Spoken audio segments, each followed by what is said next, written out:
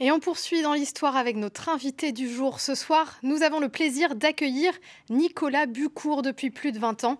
Il fait connaître l'opération Beitig au raid de Bruneval qui s'est déroulée en février 1942 sur la falaise de la poterie Cap d'Antifer. Beitig, un terme anglais qui évoque la morsure, car cette opération militaire a été éclair et saisissante. Des parachutistes anglais ont atterri sur les côtes normandes et ont détruit un radar allemand en saisissant dans le même temps des pièces de l'appareil dont la technologie était jusqu'alors inconnue des Alliés. Nicolas Bucourt, bonsoir. Avant que vous ne reveniez sur cet événement, j'avais une question pour vous. Est-ce que vous pouvez me dire ce que vous évoque cette image qui va s'afficher dans un instant ? Alors ça, c'est la British Empire Medal, donc médaille britannique. J'ai eu la surprise d'être récipiendaire durant l'année 2023.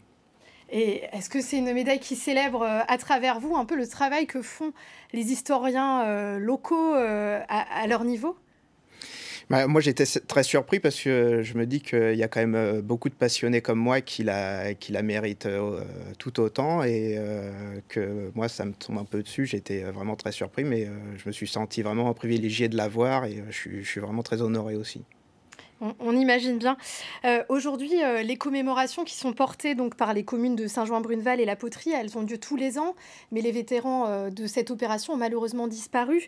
Les paras continuent malgré tout de venir. Est-ce que vous pensez que cette opération, c'est véritablement une légende au sein de l'armée britannique ?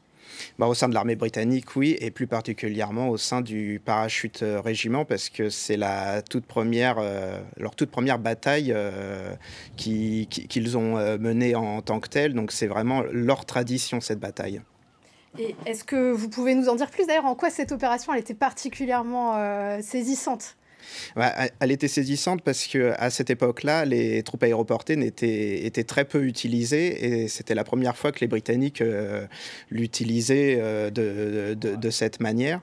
Donc 120 parachutistes britanniques ont sauté sur le cap d'Antifer et sont repartis par Bruneval et l'opération s'est déroulée pratiquement comme elle était prévue. Donc ça a fait les gros titres le lendemain et c'est une opération qui a permis aussi d'agrandir la force aéroportée avec les créations de plusieurs autres bataillons et d'une autre division.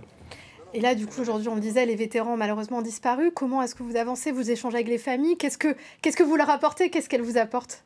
Alors oui, maintenant, les vétérans sont plus là, donc nous sommes en contact avec les familles directement. Donc il faut savoir que les vétérans parlaient pratiquement jamais de la guerre avec leurs propres enfants. Donc moi, je fais mes recherches, j'arrive à retrouver des familles. Parfois, c'est même les familles qui rentrent en contact avec moi. Qui eux, ne connaissent pas cet aspect-là de la vie de leurs aïeuls. Donc, moi, ils me racontent un peu leur vie personnelle avant et après la guerre, et moi, je leur raconte leur parcours durant la Seconde Guerre mondiale. Donc, les échanges sont devenus ainsi maintenant. Vous l'évoquiez à l'instant, là, les vies personnelles, vous mêlez souvent les petites histoires avec la grande. Comment est-ce que vous parvenez à mettre en valeur, au printemps dernier, vous avez mis en valeur des membres du génie qui ont démonté le radar. Comment est-ce qu'on travaille comme ça pour mettre en mémoire des figures un peu inconnues ? On lit les archives, on regarde les unités impliquées, les hommes impliqués, et on se rend compte qu'il y a des histoires qui sont moins connues que d'autres et puis qui méritent tout autant d'être connues. Donc l'unité du génie en question, elle était vraiment pas très connue. Bon, c'était une dizaine d'hommes dans les 120 parachutistes, mais ils méritaient tout de même d'être plus connus, tout en sachant que près de la moitié de ces hommes ont été tués la même année, en novembre 1942, en Tunisie. Et on est novembre 42, ça remonte à 82 ans. Comment on fait pour trouver encore des choses à raconter sur cette opération ? Il faut toujours creuser dans les archives. On retrouve aussi à chaque fois des nouvelles familles. Donc en fait, ça ne s'arrête jamais. Puis quand j'ouvre une porte, j'en trouve toujours une autre à ouvrir derrière.